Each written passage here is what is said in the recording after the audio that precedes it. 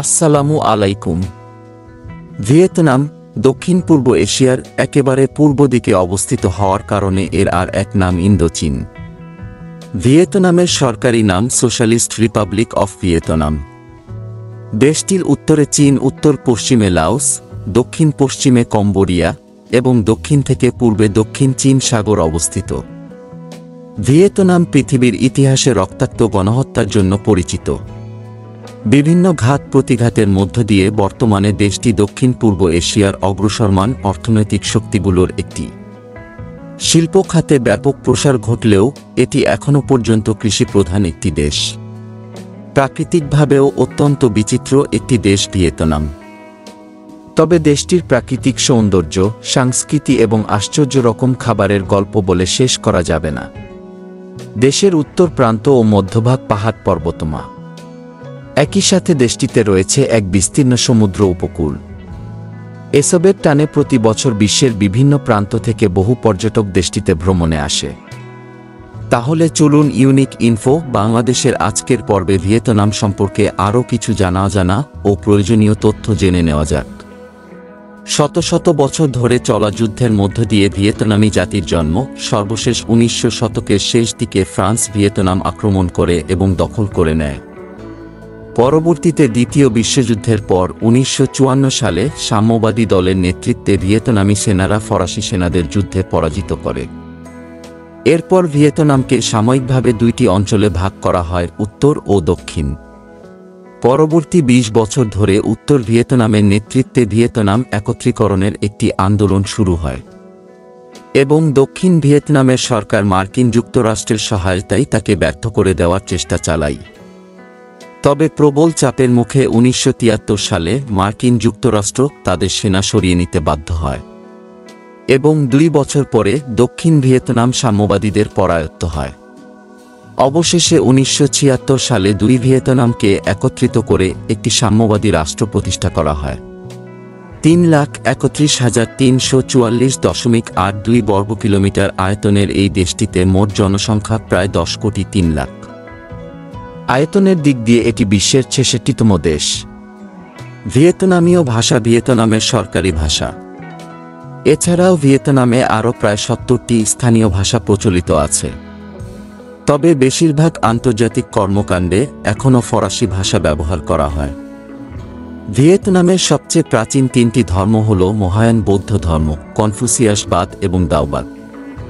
এগুলো ভিয়েতনামের ত্রিধর্ম তথা তাম জাও নামে পরিচিত। দেশের প্রায় ৮৬% মানুষ এই তিনটি ধর্মে বিশ্বাসী। এছাড়াও এখানে খ্রিস্ট ধর্মের উল্লেখযোগ্য সংখ্যালঘু সম্প্রদায় আছে। সাম্প্রতিক শতকগুলিতে ভিয়েতনামে প্রোটেস্ট্যান্ট ধারার খ্রিস্ট ধর্ম, ইসলাম, হিন্দু ধর্ম এবং থেরবাদ বৌদ্ধ ধর্ম প্রচলিত আছে। ভিয়েতনামের বেশিরভাগ মানুষ নিজেদেরকে ধার্মিক দাবি করে না, তবে অনেকেই প্রতি বছর বেশ কয়েকবার ধর্মীয় মন্দিরগুলিতে যায়। ভিয়েতনামীয়দের আচার ও রীতিনীতিতে বিভিন্ন ধর্মের মিশ্রণ ঘটেছে। এদের মধ্যে উপরোল্লিখিত তিনটি প্রধান ধর্মের প্রভাব সবচেয়ে বেশি।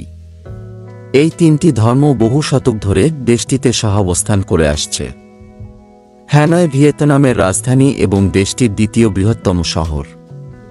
শহরটি ভিয়েতনামের উত্তর অঞ্চলের উপকূলীয় অঞ্চল থেকে প্রায় ৯০ কিলোমিটার দূরে অবস্থিত। এটি উত্তর ভিয়েতনামের প্রধান মহানগরী এবং দেশটির রাজনৈতিক কেন্দ্র হো চি মিন সিটি, যা সাইগন নামেও পরিচিত। ভিয়েতনামের সর্ববৃহৎ শহর। সাইগন নদীর পাশে শহরটি অবস্থিত। হো চি মিন ভিয়েতনামের প্রধান অর্থনৈতিক কেন্দ্র এবং অর্থনৈতিকভাবে বিটা প্লাস শহর হিসেবে অন্তর্ভুক্ত। দেশের সবচেয়ে বড় স্টক এক্সচেঞ্জ এই শহরটিতে অবস্থিত। ভিয়েতনামের বৃহত্তম বিমানবন্দর টন সান নহাত আন্তর্জাতিক বিমানবন্দরও এই শহরে অবস্থিত। বছরে প্রায় ১.৫ কোটিরও বেশি যাত্রী এই বিমানবন্দর দিয়ে চলাচল করে, যা ভিয়েতনামের মোট বিমান যাত্রী অর্ধেকেরও বেশি। ভিয়েতনামের জলবায়ু উষ্ণ ও আর্দ্র। দেশটিতে মূলত শুষ্ক ও বর্ষা এই দুই ধরনের ঋতু বিদ্যমান। এখানে জানুয়ারি মাসের গড় তাপমাত্রা ২০ ডিগ্রি সেলসিয়াস বা তার নিচে থাকে এবং জুলাই মাসের সর্বোচ্চ তাপমাত্রা ৩০ ডিগ্রি সেলসিয়াস পর্যন্ত হতে পারে। ভিয়েতনাম কমিউনিস্ট পার্টির শাসিত একটি একদলীয় সাংবিধানিক প্রজাতন্ত্র। দেশের সংবিধান অনুসারে কেবল একটি রাজনৈতিক দল স্বীকৃত এবং বৈধ, যার নাম ভিয়েতনাম কমিউনিস্ট পার্টি। এর সদস্য সংখ্যা ৩০ লক্ষেরও বেশি। ভিয়েতনাম দেশটির আকৃতি অনেকটা ইংরেজি এস অক্ষরের মতো। এটি উত্তর চীনের সীমান্ত থেকে শুরু হয়ে দক্ষিণে থাইল্যান্ড উপসাগর পর্যন্ত উত্তর দক্ষিণে প্রায় ১৫০০ কিলোমিটার পর্যন্ত বিস্তৃত। ভিয়েতনাম মোটরসাইকেলের দেশ। এই দেশের প্রায় সব জায়গাতেই মোটরবাইক দেখতে পাওয়া যায়। ৯ কোটি জনসংখ্যার এই দেশে নিবন্ধিত মোটরবাইকের মোট সংখ্যা ৪ কোটিরও বেশি। ভিয়েতনামিজ কফি বিশ্বে অনন্য।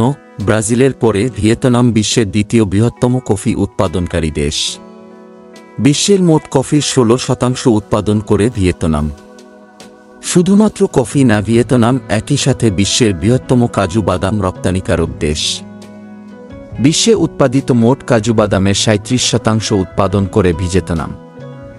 ভিয়েতনাম বিশ্বের একমাত্র দেশ যাদের রান্নাঘরের জন্য আলাদা দেবতা আছে। রান্নাঘরের দেবতার নাম হচ্ছে ওং টাও। ভাত ভিয়েতনামীয়দের প্রধান খাদ্য। ভাতের সাথে এক ধরনের মাছের গাজানো সরুয়া যার নাম নোপ মাম ব্যবহার করা হয়। একেই সরুজাতে অন্যান্য বিশেষ খাবার ডুবিয়ে খাওয়া হয়। ভিয়েতনামীয়রা স্যুপ জাতীয় খাবার খেতে চামচ ব্যবহার করে এবং অন্যান্য খাবারের জন্য চপস্টিক্স ব্যবহার করে। সাধারণত টেবিলের মাঝখানে খাবার দেয়া থাকে এবং সেখান থেকে লোকেরা নিজের ভাতের বাটিতে খাবার নিয়ে নেয়। ভিয়েতনামীয়রা খাবার সময় সবসময় ভাতের বাটি এক হাতে ধরে রাখে। পানীয়ের মধ্যে চা, কফি ও বিয়ার জনপ্রিয়, তবে এগুলি খাবারের পরে পরিবেশন করা হয়। ভিয়েতনামের শিক্ষা ব্যবস্থা পুরোপুরিভাবে সরকার নিয়ন্ত্রিত। দেশের প্রায় ৯০% মানুষ শিক্ষিত। ভিয়েতনামীয়রা ভলিবল, ফুটবল ইত্যাদি দলগত খেলা পছন্দ করে। এর মধ্যে ফুটবল হচ্ছে দেশটির সবচেয়ে জনপ্রিয় খেলা। ভিয়েতনামের অর্থনীতি পরিকল্পিত হলেও বর্তমানে অর্থনৈতিক উন্নতির লক্ষ্যে বাজার অর্থনীতির বিভিন্ন দিক বাস্তবায়ন করা শুরু হয়েছে। ১৯৮৬ সালে সরকার একটি সংস্কার প্রকল্প হাতে নেয়, যার ফলে দেশটি একটি মিশ্র অর্থনৈতিক অবস্থায় রূপান্তরিত হয়। এর ফলশ্রুতিতে ভিয়েতনামের দ্রুত অর্থনৈতিক প্রবৃদ্ধি ঘটতে শুরু করে। ১৯৮৫ সালে দেশটির মাথাপিছু আয়ের পরিমাণ ছিল $২৩১। ২০২৪ সালে এসে যা দাঁড়িয়েছে $৩৫০৩। এখন ভিয়েতনাম বিশ্বের অন্যতম উদীয়মান অর্থনৈতিক দেশগুলোর একটি।